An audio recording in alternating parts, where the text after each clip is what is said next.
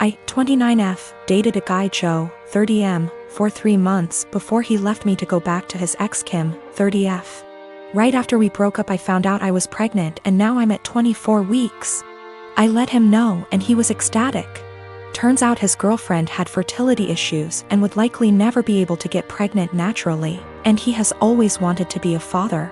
Getting back together was out of the question for both of us, so he's still with his girlfriend. Joe was only allowed at the initial appointment because of COVID-19, and we found out I was having twins.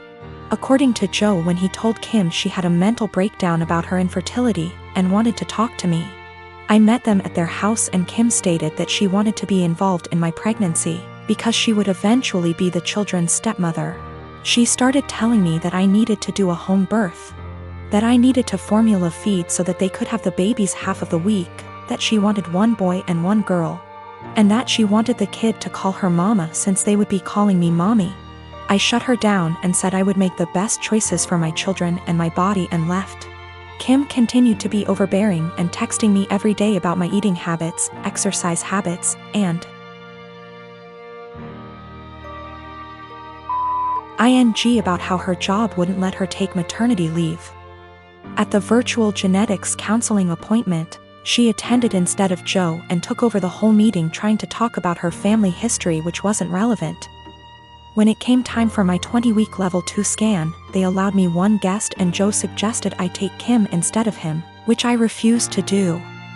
Joe did end up coming and he found out the gender because I wanted to keep it a surprise for me so we could throw a gender reveal party. I put a pregnancy announcement on my social media and then she put up an announcement saying they were expecting twins, the non-traditional way, and how blessed she was.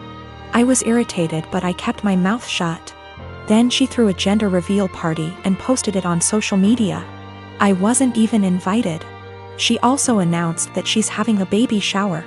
I commented on her posts and told her to stop treating me like a surrogate, that the kids weren't hers, and that Joe didn't have any claim or custody of the kids until they are born. I then called Joe and reiterated all of this and stated that I would not be seeing either of them until we went to family court, and that my mother would be my birthing partner. He and Kim and some of her friends and family are saying I'm an asshole, and her mother even called and insisted I give her one of my babies. Like, this is the Parent Trap?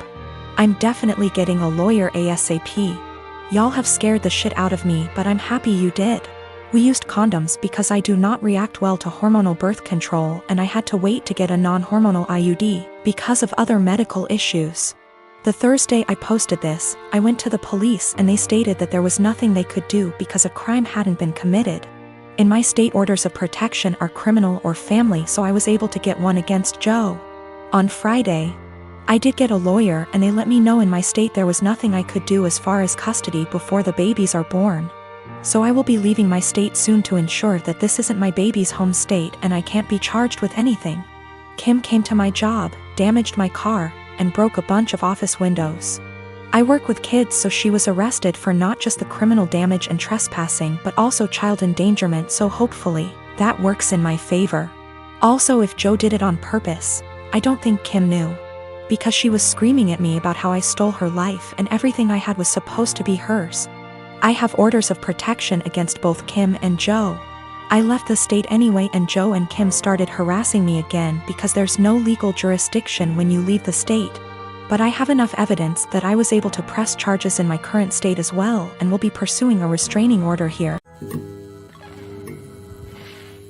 I used to work on a small team for a division of a multinational company. We used to primarily be staffed by what were called old-timers, basically people who were close to being of a pensionable age who didn't want the hustle.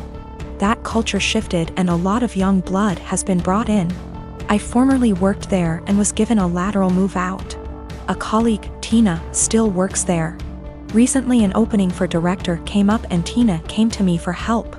She's been doing overtime and working hard to get noticed for this position. She's well qualified for it and has extensive experience at the company, so she was given a chance to interview for it. Tina is a single mother who has overcome poverty in childhood, racists / bigots in the industry, and worked hard to support her kids. She's had health issues but always fought hard. Tina is tenacious and hardworking, but there are issues. She struggles in some areas, and while she'd definitely make a great director as she's contentious, kind and courteous, the role is evolving and may be a bit of a stretch. Nonetheless, I helped her with her application and presentation. Beyond being colleagues, she and I are friends. We spend a lot of time outside of work together. We're the only women of color in our respective areas, and share a lot of our deep feelings and thoughts. She worked hard and put together a good presentation. I was really proud of her. She presented this morning at 9:30 and got through it and was out by 10 o'clock. Most of the other applicants were internal and interviewed yesterday, but one person was recommended by a senior VP in a different department. The guy who was recommended is a 30-year-old hotshot. I think he may actually be in his late 20s. He will soon graduate from an Ivy League MBA and is the definition of corporate style. They gave him a last-minute presentation slot immediately following Tina. I attended all of the presentations. I am not on the hiring committee, but was there to support Tina and see how the presentations went. When the hotshot gave his presentation, it wasn't even close. The 20 of us sat in the room and were dumbfounded. Not only was his presentation visually appealing, but he noticed details none of us ever did, and he developed a pitch that was so innovative that our AVP asked to use a tagline he created. His technical analysis was so spot on that it was spooky. He understood issues facing our business unit without having to be told and had ready solutions to solve the problems. Questions they asked him were more about how he'll do things when he takes over the role. It was made very clear to him that this was his job, and they even provided an unofficial tentative start date. It is very clear that he understands the industry and his past experiences, such as professional work experience as well as winning top case competitions and academic awards, prepared him very well. The presentations were in totally different leagues. After he finished, he made a self-deprecating joke and took questions. He thanked us and left.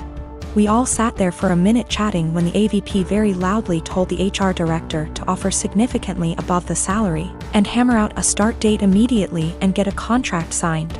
The VP who recommended him knew him from the MBA program, as the VP is a case coach there. He said he'd be his reference, and they are skipping all the formalities and going right to the offer. Tina has no idea. She was so happy with her performance, and she's sure she nailed it. She did well, about as well as the other candidates, but this guy is out and out in a different league. Just based on that, I too would hire the other guy. She's sitting on cloud 9 at her desk and planning a celebratory dinner to celebrate her performance. She was told decisions would be made in a couple of weeks.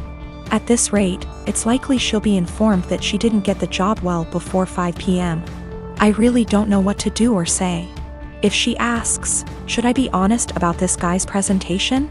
Should I avoid her the rest of the day? I want to support her, but have no idea how to even begin talking to her. I am expecting my first daughter with my husband in September. I grew up in a moderately religious household with pretty strictly defined gender roles. As in, since I was a girl, I had chores around the house while my younger brother did not have to do anything. I don't talk to my parents for a variety of reasons, going on year 5 now, so they do not know I am pregnant.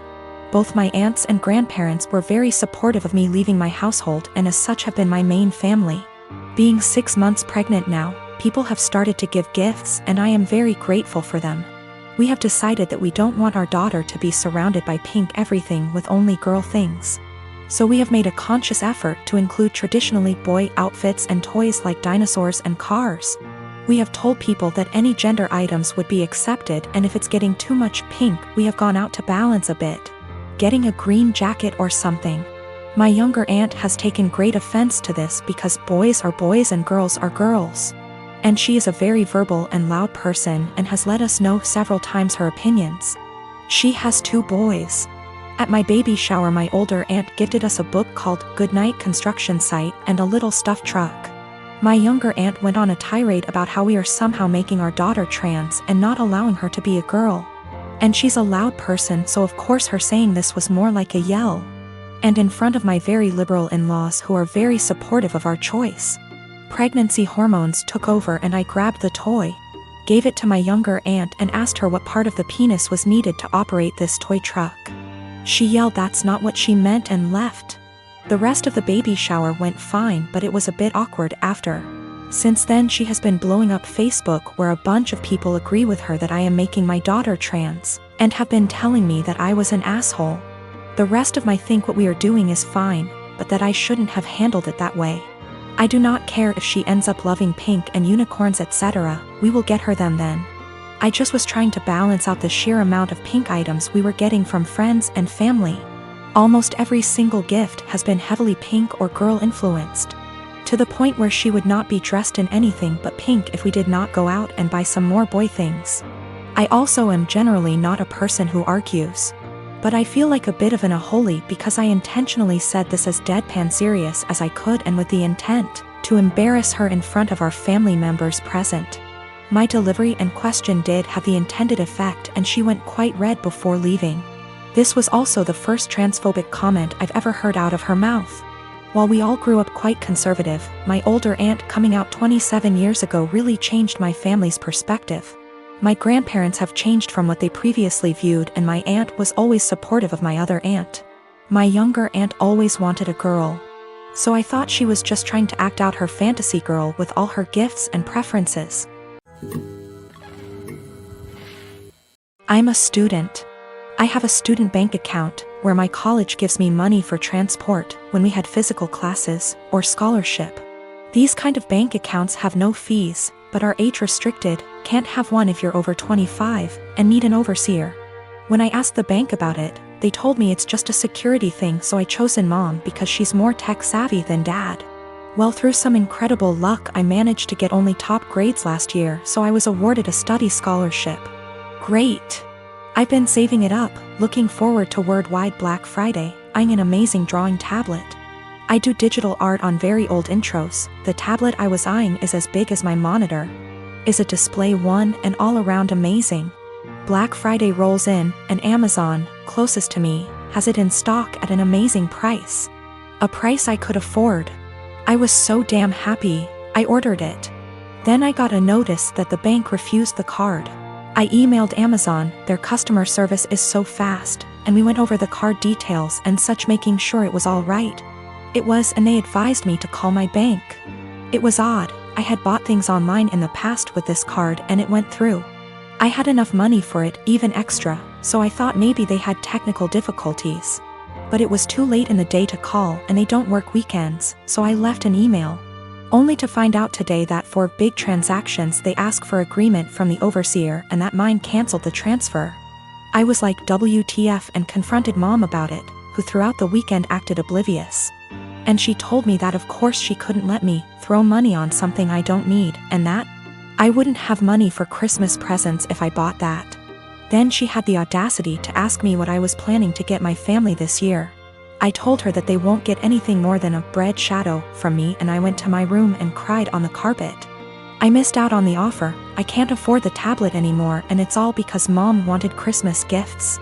And no, I won't get her anything. Last year she got me a blouse too small for me that she later took for herself.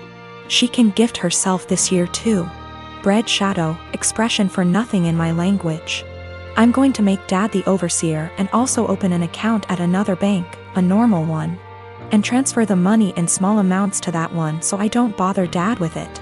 Also considering asking him just to be for form and the app to be on my phone so I'll be my own overseer.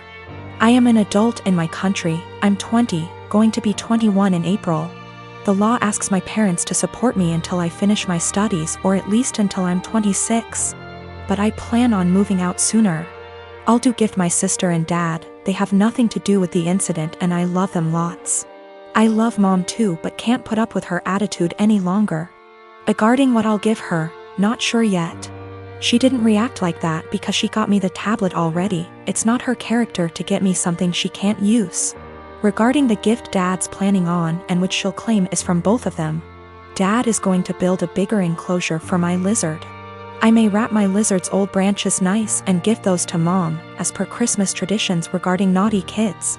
And she doesn't like my scaly boy at all, so double points I goose.